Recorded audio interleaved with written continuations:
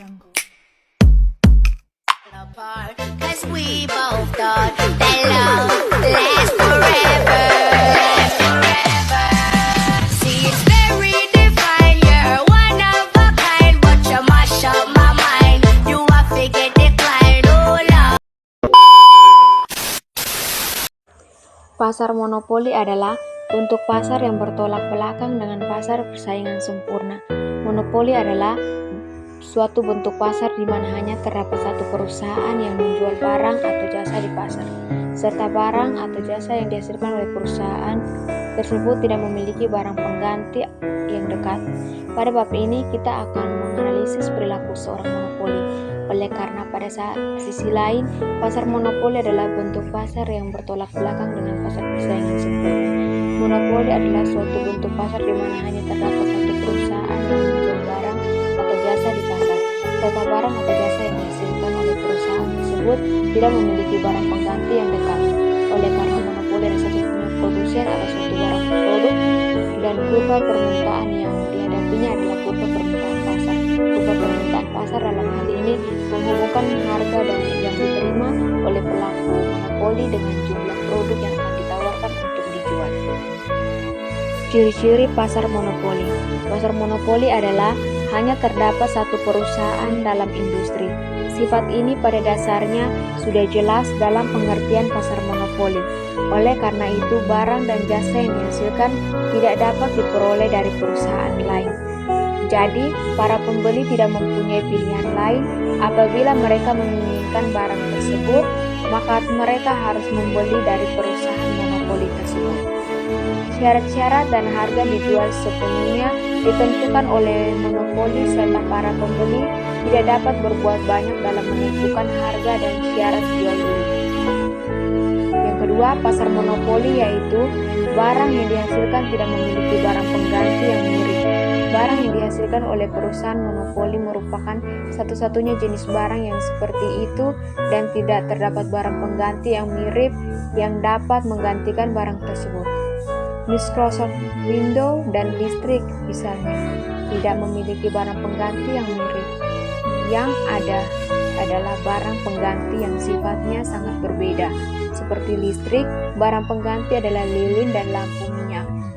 Lampu minyak dan lilin tidak dapat menggantikan listrik karena tidak dapat digunakan untuk mendinginkan kulkas dan menyalakan TV dan sebagainya. Ciri-ciri pasar monopoli yang ketiga, pasar monopoli yaitu sangat sulit bagi perusahaan lain untuk masuk dalam industri. Ciri ini merupakan sebab utama yang menyebabkan perusahaan memiliki kekuatan monopoli. Apabila ciri ini tidak ada, maka tidak akan ada perusahaan monopoli. Karena tanpa adanya halangan yang besar, maka perusahaan lain akan turut dalam industri tersebut. Keuntungan yang diperoleh perusahaan monopoli tidak mendorong perusahaan lain untuk ikut dalam industri tersebut, disebabkan karena adanya hambatan yang cukup kuat. Hambatan itu dapat berupa undang-undang. Ada bersifat teknologi yang sangat canggih seperti Microsoft Windows sehingga sangat sulit untuk dicontoh, dan hambatan-hambatan lainnya.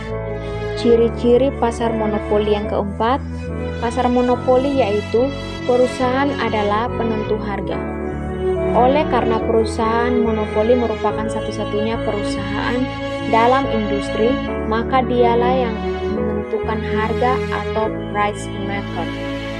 Oleh karena itu, perusahaan monopoli dapat melakukan pengendalian jumlah produk yang ditawarkan untuk dapat menentukan harga pada tingkat yang diinginkan. Pada sub yang kedua, penyebab munculnya monopoli. Penyebab munculnya perusahaan monopoli karena hambatan masuk dalam industri. Suatu monopoli akan terus menjadi pemain tunggal dalam pasar karena perusahaan lain tidak mampu masuk ke dalam pasar itu untuk bersaing dengannya. Hambatan untuk masuk ini muncul karena tiga hal, yaitu 1. Penguasaan sumber daya, 2. Monopoli yang diciptakan pemerintah, 3. Monopoli alamiah. 3. Keputusan output dan harga. monopoli sebagai produsen tunggal atas suatu produk, maka pelaku monopoli berada dalam posisi yang lemah. Pertanyaan yang muncul, bagaimana pelaku monopoli mengambil keputusan tentang kuantitas dan harga? Apabila perusahaan monopoli memutuskan untuk menaikkan harga produknya, maka ia tidak perlu khawatir terhadap pesaing yang akan mengenakan harga yang lebih rendah, akan tetapi dalam merebut omset penjualan yang lebih besar dengan biaya yang ditanggung oleh monopoli menjadi dasar pertimbangan dalam memutuskan jumlah dan harga yang dikenakan pelaku konsumen. Permintaan monopoli adalah permintaan pasar dan secara keseluruhan mereka mengembalikan jumlah output yang ditawarkan untuk dijual. Walaupun pelaku monopoli adalah satu-satunya produsen dalam pasar, tidaklah berarti bahwa pelaku monopoli dapat menentukan harga sesuai keinginannya. Hal tersebut disebabkan karena tujuan perusahaan yaitu memaksimalkan keuntungan. Dalam memaksimalkan laba, pertama-tama perusahaan monopoli harus menghitung biaya-biaya produksi mereka dan karakteristik atas permintaan pasar dari produknya. Pengetahuan tentang biaya dan karakteristik pasar merupakan faktor yang sangat menentukan keputusan ekonomi suatu perilaku monopoli. Pendapatan monopoli. Misalkan suatu kota yang hanya memiliki satu produsen yang menyediakan air bersih. Pada tabel 8.1 menunjukkan bahwa pendapatan pelaku monopoli menyediakan air tergantung dari jumlah air yang disalurkan kepada konsumen. Pada tabel 8.1 menunjukkan bahwa pada kolom pertama dan kedua atau jumlah dan harga menunjukkan schedule permintaan atas pelaku monopoli. Apabila monopoli hanya menjual 1 kubik air, harganya adalah 28.000, namun apabila memproduksi 2 kubik, maka harganya harus diturunkan menjadi 26.000 supaya kedua kubik air tersebut laku terjual. Dan apabila monopoli memproduksi 3 kubik air, harganya harus diturunkan menjadi 24.000. Kemudian jika memproduksi 4 galon air, harganya harus diturunkan lagi menjadi 22.000 dan seterusnya. Pada tabel 8.2 menunjukkan kurva permintaan dan pendapatan marginal untuk suatu perusahaan monopoli. Oleh karena harga yang dikenakan perusahaan sama dengan pendapatan rata-rata, maka kurva permintaan sama dengan kurva pendapatan rata-rata. Kurva ini selalu berawal pada titik yang sama pada sumbu vertikal karena pendapatan marginal dari unit pertama yang terjual sama dengan harga barang itu. Namun, selanjutnya karena alasan yang dijelaskan, maka pendapatan marginal pelaku monopoli akan menjadi lebih kecil daripada barang. Oleh karena itu, kurva marginal pelaku monopoli berada di bawah kurva permintaan. Maksimisasi keuntungan. Kita telah mempelajari tentang pendapatan pelaku monopoli, maka selanjutnya pada bagian ini kita membahas tentang bagaimana perusahaan monopoli memaksimalkan keuntungan. Namun, untuk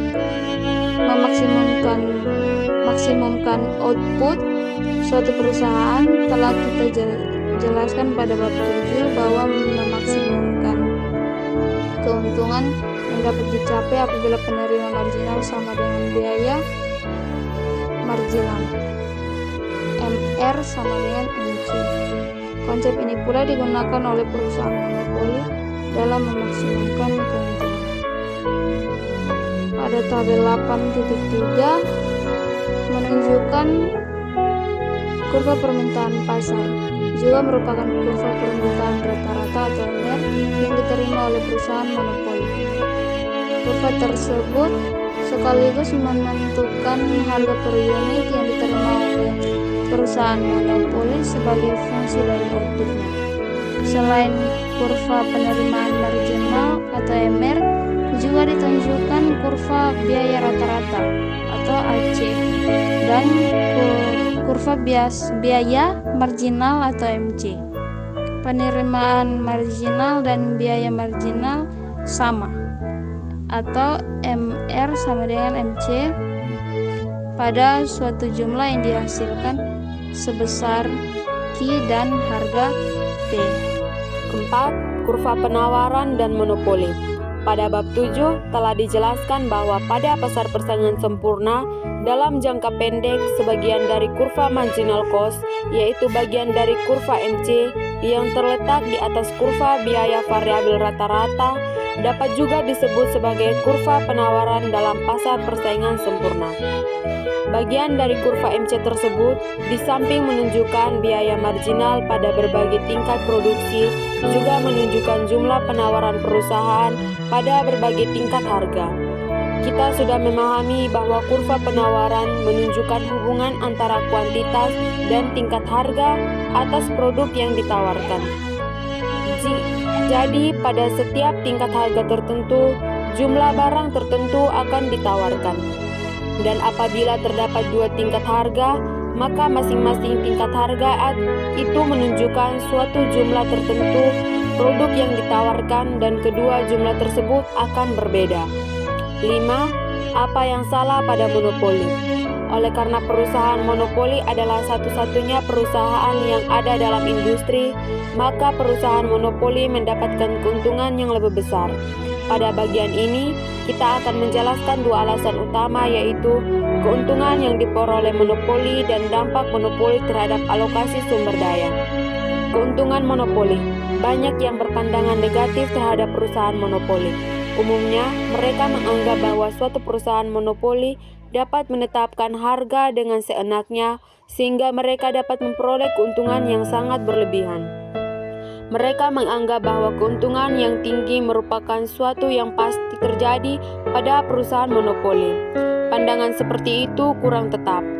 Telah diuraikan pada bab sebelumnya bahwa dalam jangka pendek terdapat 4 kemungkinan keadaan yang dihadapi oleh suatu perusahaan dalam pasar persaingan sempurna, yaitu mendapatkan keuntungan melebihi normal, memperoleh keuntungan normal, rugi namun masih dapat menutupi sebagian biaya tetapnya, dan mengalami kerugian sehingga perusahaan harus ditutup. Keempat, kemungkinan tersebut juga berlaku bagi perusahaan monopoli. 6. Kebijakan pemerintah tentang monopoli. Kita telah membahas bahwa monopoli bertolak belakang dengan persaingan sempurna, di mana monopoli tidak dapat mengalokasikan sumber daya yang efisien. Perusahaan monopoli memproduksi jumlah barang yang lebih sedikit daripada yang diinginkan secara sosial, dan akibatnya harga menjadi lebih mahal daripada biaya marginalnya. Para pembuat kebijakan dapat menjawab masalah dalam perusahaan monopoli ini satu dari 4 cara, yaitu 1. Mencoba membuat industri monopoli agar lebih kompetitif. 2. Mengatur perilaku monopoli. 3. Mengubah status monopoli swasta menjadi perusahaan publik atau negara. Dan 4. Tidak melakukan apa-apa. Dampak pajak pada dalam praktek pajak yang dikenakan pada perusahaan monopoli yang bersifat tetap dan bersifat variabel atau khusus atau spesifik. Untuk lump sum, teks tidak dipengaruhi oleh besarnya volume produksi yang dihasilkan, sementara pajak khusus atau spesifik teks, pajak dikenakan berdasarkan volume produksi yang dihasilkan oleh perusahaan monopoli tersebut. 8. Diskriminasi harga. Apa yang telah kita bahas pada beberapa bagian dalam bab ini, pada dasarnya kita berasumsi bahwa perusahaan monopoli menjual produknya hanya dengan satu harga, dalam arti bahwa perusahaan tidak mau atau tidak mampu menerapkan harga yang berbeda untuk pembelian yang berbeda. Ketiga, keseimbangan jangka panjang pada pasar persaingan monopolistik. Apabila perusahaan dalam pasar persaingan monopolistik dalam jangka pendek dapat memperoleh keuntungan di atas normal, maka perusahaan baru akan tertarik untuk masuk dalam ilustrasi tersebut, sehingga jumlah perusahaan dalam ilustrasi bertambah banyak. Hal tersebut disebabkan karena dalam pasar persaingan monopolistik tidak terdapat hambatan yang berarti untuk masuk dalam ilustrasi. Dampak dari banyaknya perusahaan yang terlibat dalam ilustrasi, maka masing-masing perusahaan akan menghadapi permintaan yang sedikit pada masing-masing tingkat harga. Seperti halnya dengan pasar persaingan sempurna, dalam pasar persaingan monopolistik setiap perusahaan akan memperoleh keuntungan normal dalam jangka panjang.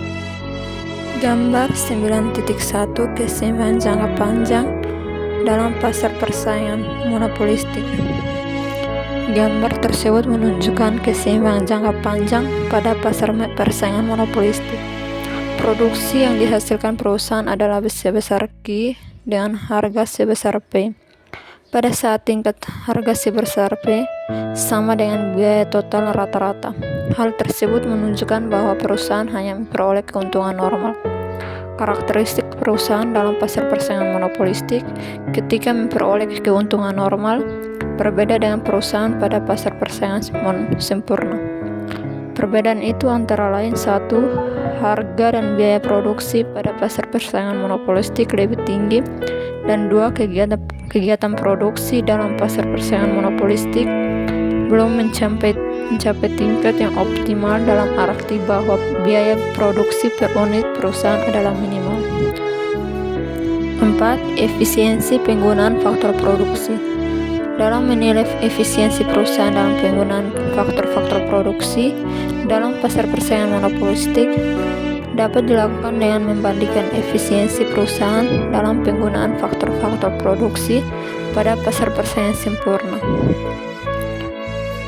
Gambar menunjukkan perbandingan antara efisiensi penggunaan faktor-faktor produksi pada pasar persaingan sempurna dan pasar persaingan monopolistik dalam jangka panjang.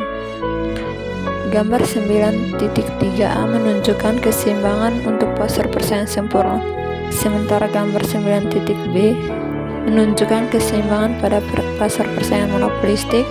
Dalam perbandingan ini, kita asumsikan bahwa biaya produksi pada pasar persaingan sempurna dan pasar persaingan monopolistik adalah sama. Jadi biaya rata-rata jangka panjang perusahaan persaingan sempurna sama dengan biaya rata-rata jangka panjang pada perusahaan persaingan monopolistik. Yang kelima, persaingan bukan harga. Secara umum, persaingan bukan harga dapat dibedakan ke dalam dua kelompok, yaitu 1. Melakukan diferensiasi produk, dalam arti bahwa perusahaan berusaha menciptakan barang sejenis namun dengan corak yang berbeda dengan hasil produksi perusahaan lain. Yang kedua, melakukan usaha periklanan dan berbagai bentuk promosi penjualan. Iklan dan biaya produk. Usaha periklanan yang dilakukan oleh perusahaan dalam pasar persaingan monopolistik berdampak pada biaya produk. Pertanyaan yang muncul, apakah iklan akan menaikkan atau menurunkan biaya produk per unit? Kedua kemungkinan tersebut dapat terjadi tergantung pada apakah aktivitas periklanan yang dilakukan oleh perusahaan, dalam arti bahwa perusahaan permintaan yang terjadi setelah kegiatan periklanan dilakukan. Apabila permintaan produk menjadi lebih elastis, maka besar kemungkinan akan membuat biaya produksi akan menjadi lebih rendah. Tetapi hal seperti ini kecil kemungkinan akan terjadi. Hal tersebut berarti bahwa pada umumnya iklan akan menaikkan biaya produksi. Gambar 9.4 menunjukkan bahwa biaya rata-rata jangka panjang perusahaan dalam pasar persaingan monopolistik adalah sebesar AC, sementara permintaan produk yang dihasilkan oleh perusahaan adalah D1, sehingga keseimbangan jangka panjang perusahaan adalah mencapai pada titik A. Dengan harga produk sebesar P dengan jumlah barang dihasilkan sebesar Q1.